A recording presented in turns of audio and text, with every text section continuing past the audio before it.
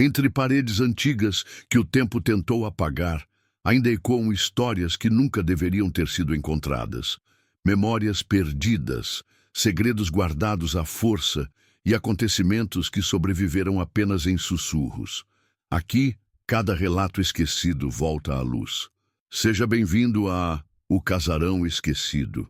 A Fazenda São Jerônimo erguia-se no interior de São Paulo, a poucas léguas de Campinas, em terras que haviam conhecido a fartura do café e o peso dos anos de escravidão.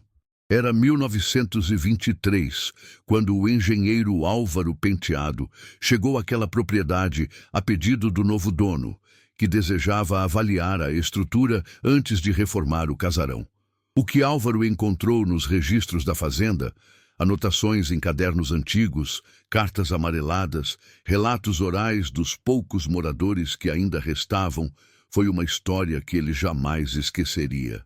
A casa grande da fazenda São Jerônimo tinha fama. Não uma fama aberta, alardeada, mas aquela que se transmitia em cochichos, entre olhares desviados. Dizia-se que ninguém conseguia dormir ali por mais de uma hora seguida. Fosse patrão, fosse trabalhador, fosse visitante, todos acordavam. Sempre. E ninguém sabia ao certo o porquê. Álvaro leu o inventário de 1895, onde constava a descrição minuciosa dos bens do então falecido coronel Inácio Vasconcelos.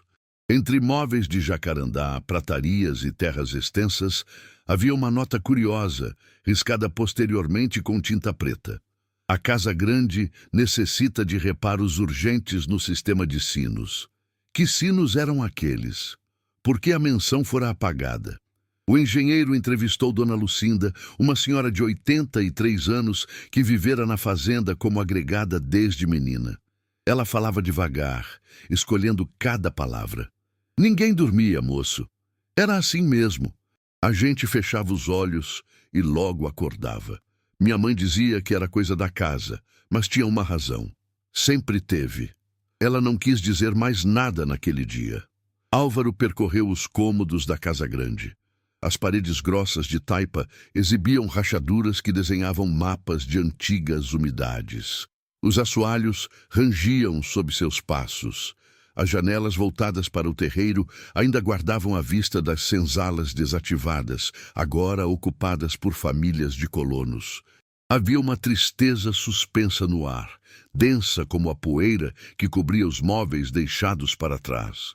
No quarto que fora do coronel Inácio, Álvaro notou marcas nas paredes, pregos enferrujados, buracos pequenos, como se algo tivesse sido instalado e depois removido. Ele mediu a distância entre as marcas. Eram regulares, espaçadas de forma precisa. Pareciam pontos de fixação para cordas ou correntes. Mas para quê? A biblioteca do casarão, embora saqueada ao longo dos anos, ainda guardava alguns volumes. Entre eles, um caderno encadernado em couro, sem identificação na capa. Álvaro abriu-o com cuidado. As primeiras páginas continham listas de nomes. Alguns com sobrenomes, outros apenas com prenomes e origens. Benedito, da Costa da Mina. Maria, crioula. Joaquim, do Congo. Mais adiante havia datas e horários anotados em colunas. 00:15, 1:20. 2:30, 3:45. O padrão era claro. Alguém registrava eventos que ocorriam a cada hora, aproximadamente. Mas que eventos? Não havia descrições, apenas os horários marcados. O caderno cobria o período entre 1887 e 1893. 6 anos de anotações meticulosas, em caligrafia firme que ia se tornando trêmula nas últimas páginas. Álvaro voltou a conversar com Dona Lucinda. Dessa vez, levou o caderno. Ao vê-lo, a velha senhora empalideceu. Esse livro eu achava que tinha sido queimado. Ela tocou a capa com dedos trêmulos. Esse era o livro do vigia, moço. O livro da vigília. Segundo Lucinda, o sistema havia sido instalado pelo coronel Inácio em 1887, logo após a morte súbita de seu filho mais velho, Augusto Vasconcelos, aos 26 anos. Augusto fora encontrado morto em seu quarto, sem sinais de violência, numa manhã de junho. O médico atestara parada cardíaca. Mas o coronel jamais aceitara aquela explicação. O coronel tinha certeza de que alguém havia matado o moço Augusto, contou Lucinda. Ele desconfiava de todos, dos trabalhadores, dos agregados, até da própria família. Então, mandou instalar sinos em todos os quartos da casa grande. Sinos ligados a cordas que passavam pelas paredes e se conectavam a uma central no quarto dele. O sistema era engenhoso e cruel. Cada pessoa que dormia na casa grande tinha um sino no quarto. A cada hora, um dos moradores designados como vigia, geralmente escravizados ou ex-escravizados que haviam permanecido na fazenda, precisava puxar discretamente a corda do quarto onde alguém dormia. O sino tilintava baixo, o suficiente para acordar quem estava ali. Se a pessoa não respondesse de alguma forma, levantando-se, tossindo, fazendo barulho, em 5 minutos, o alarme geral soava e todos acordavam. Era para evitar que alguém fosse morto dormindo, como o moço Augusto, explicou Lucinda. Mas também era para que ninguém pudesse matar outra pessoa sem ser notado. Se alguém entrasse num quarto para fazer mal, o vigia saberia, porque a pessoa não acordaria no horário certo ou o sino não tocaria como deveria. O sistema transformou a fazenda São Jerônimo num inferno silencioso. Ninguém dormia profundamente.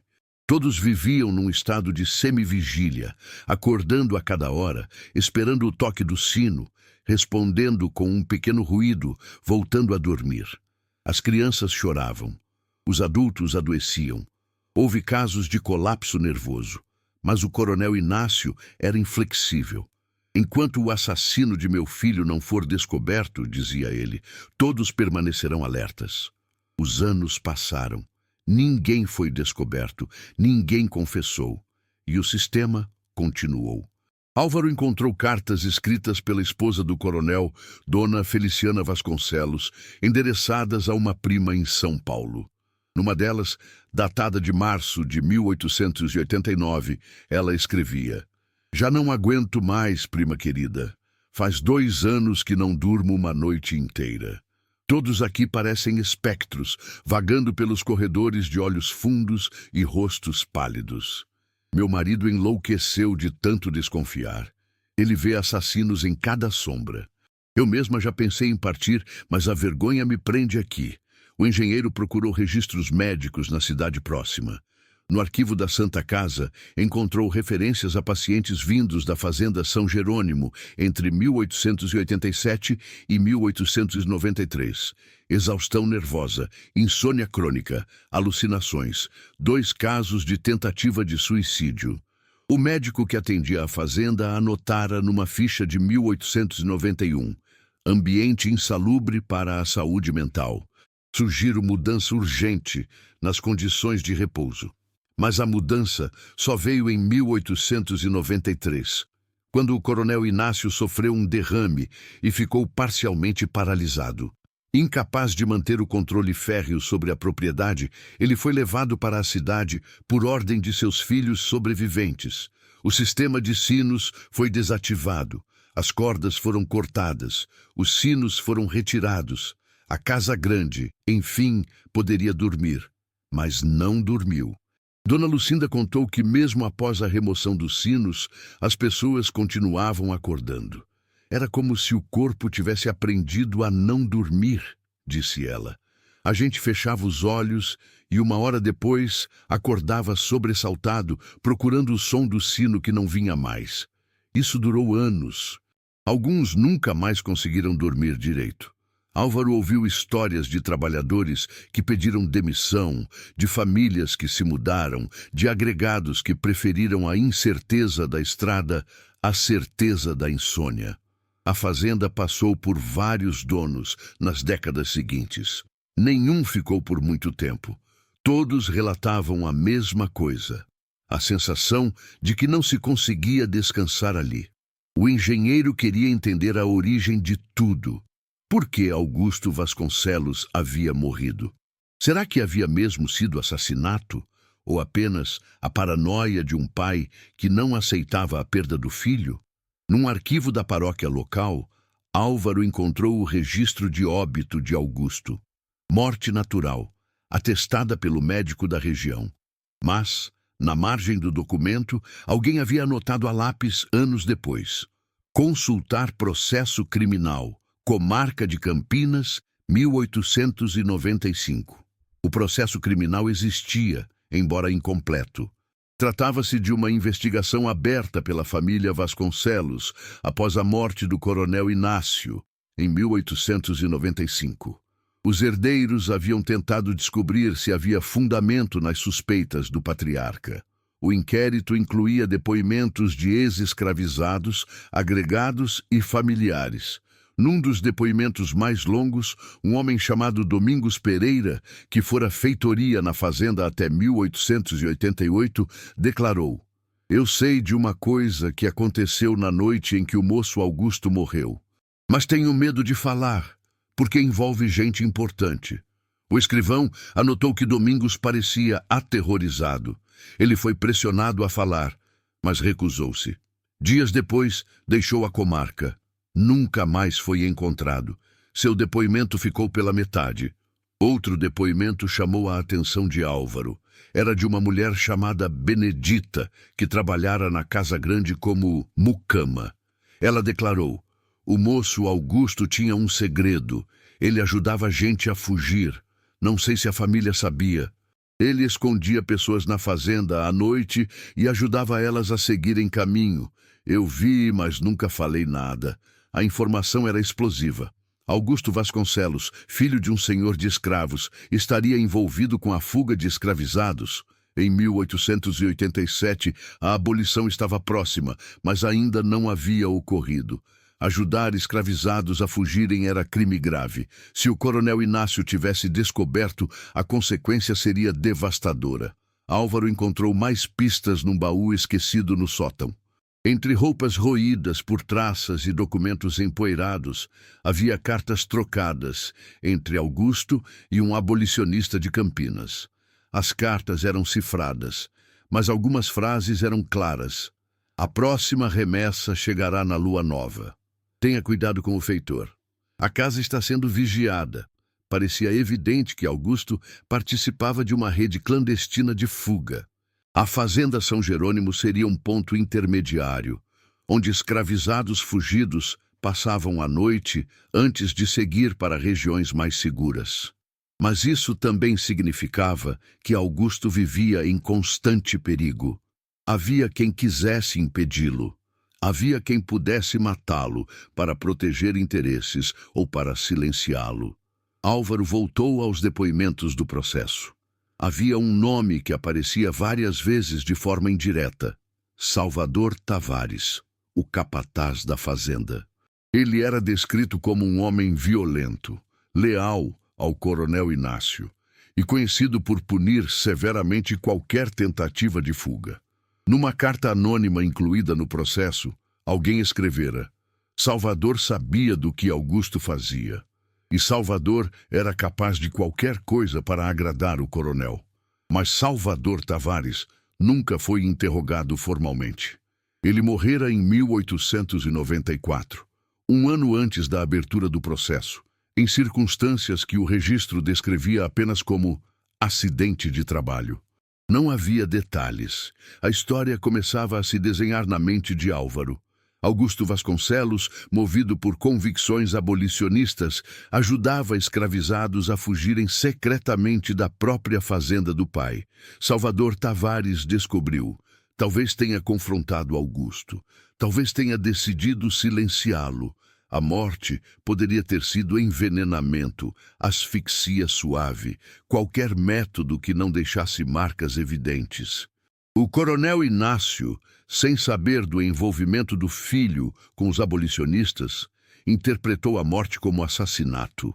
Mas em vez de investigar adequadamente, ele instalou o sistema de sinos, criando uma prisão de vigília perpétua.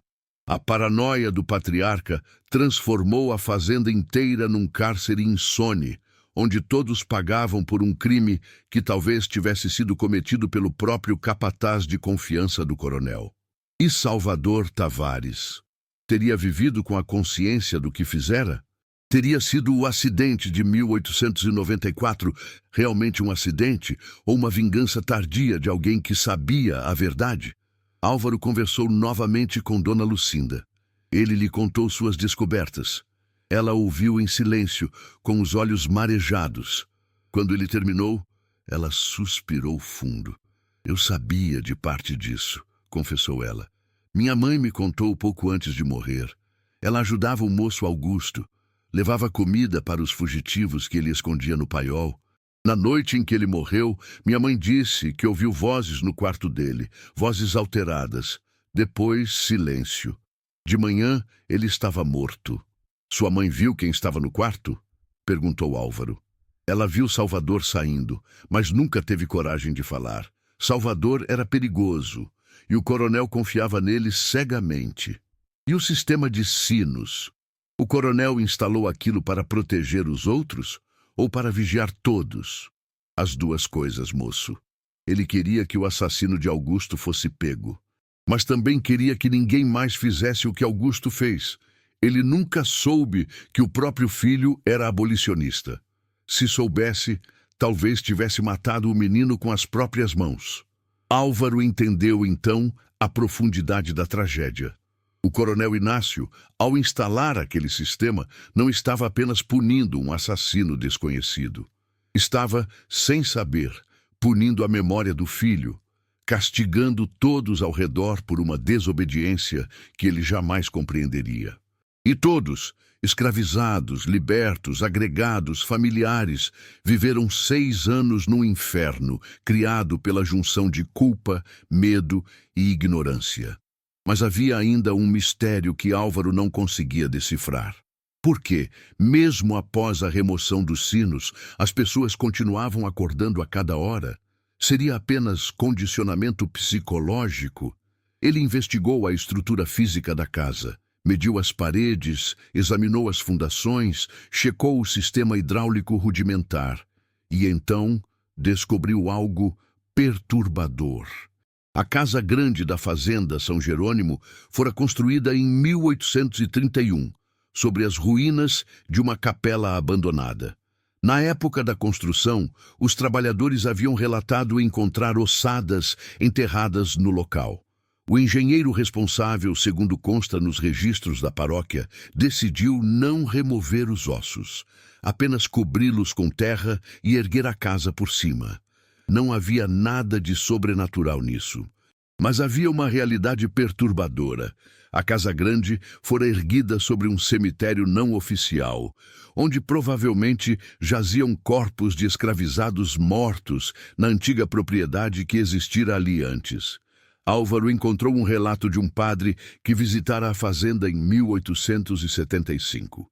Ele escrevera ao bispo: aquele lugar carrega o peso de injustiças não resolvidas. Os senhores vivem sobre os ossos dos que sofreram. Não há paz ali. Era uma observação carregada de simbolismo.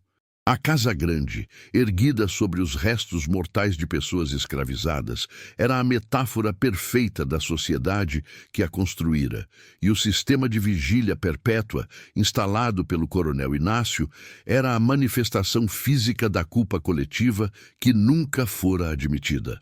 Álvaro Penteado terminou seu relatório técnico em abril de 1923.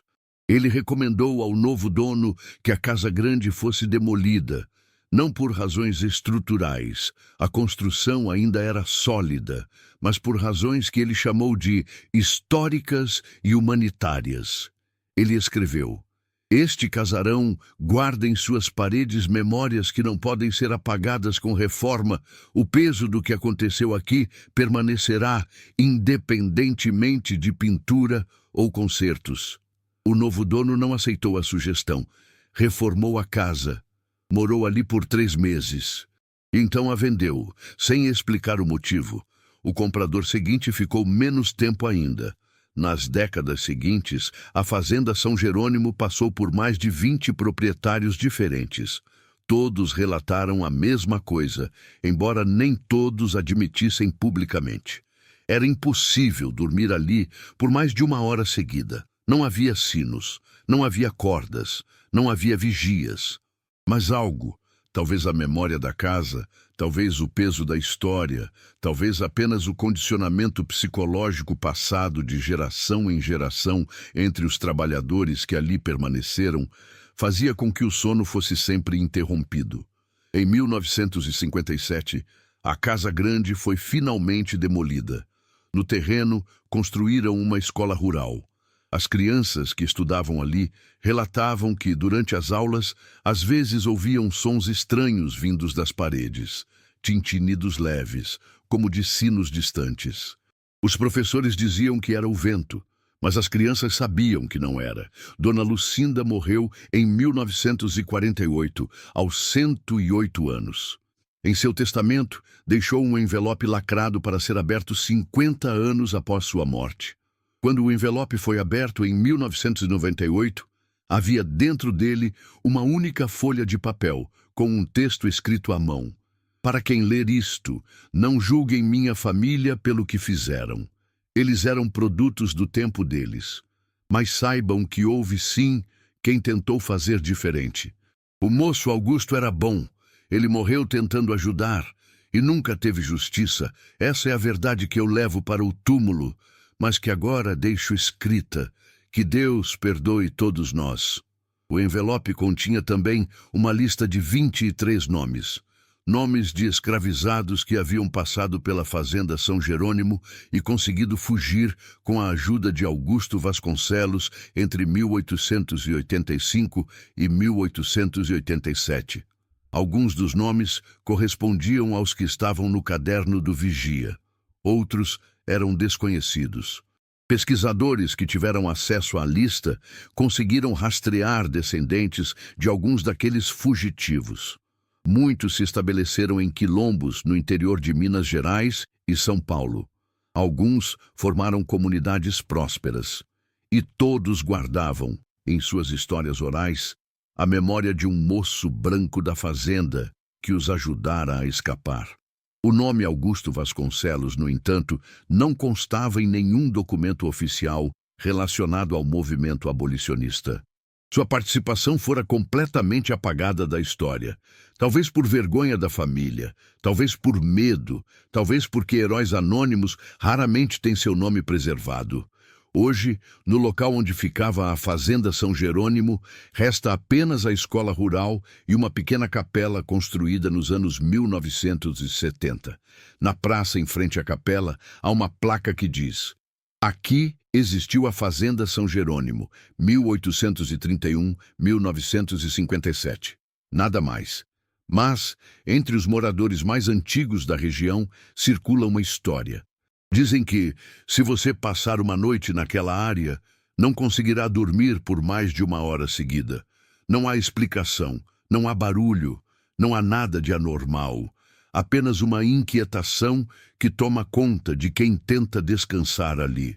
Alguns dizem que é a memória da terra, outros dizem que é apenas sugestão, mas ninguém gosta de acampar naquele lugar. E quando alguém precisa passar a noite por perto, prefere ficar acordado, porque afinal há histórias que o sono não consegue apagar, e há culpas que nenhum descanso pode aliviar.